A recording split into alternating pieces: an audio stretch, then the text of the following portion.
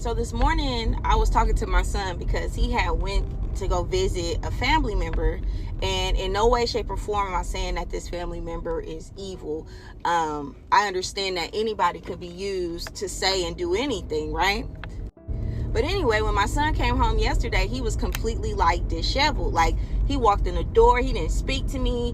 He walked past his sisters, walked past his dad, and I'm just kind of like, well, what's going on with you? Like, how was your time there? So I'm like, oh, did you come home too early? He ignored me. Now, this is not like my son. Like, when he does that, I know it's because somebody then said something to him to throw him off his rocker. So about 10 minutes passed, and now I'm irritated. And I'm like, when you come in this house, you speak to me. Like, I don't care what experience you had. When you walk in my house, you speak to me. What's going on? So he was sitting on the couch, and as he's sitting on the couch, his eyes start to water. And he just, like, said person told me that I always get in trouble because my brothers and my sisters are always getting me in trouble. Yada, yada, yada, yada. And again, kids are kids. This person was an adult. And so I'm not trying to deal with the problem, like go check the adult like I would when I was a little bit spicy. Like, I'm not going to check the adult. I'm going to expose the devil and how he's trying to work his little nasty fingers in the life of my kid.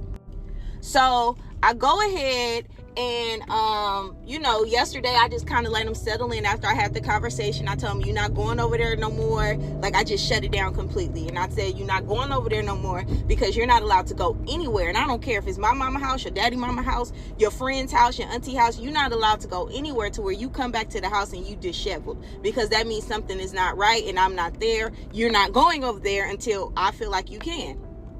So today I dropped him off at school, and on the way to school, I just kind of was talking to him about the situation that happened. And I was just kind of, not like what they was going through, but what's going on with him.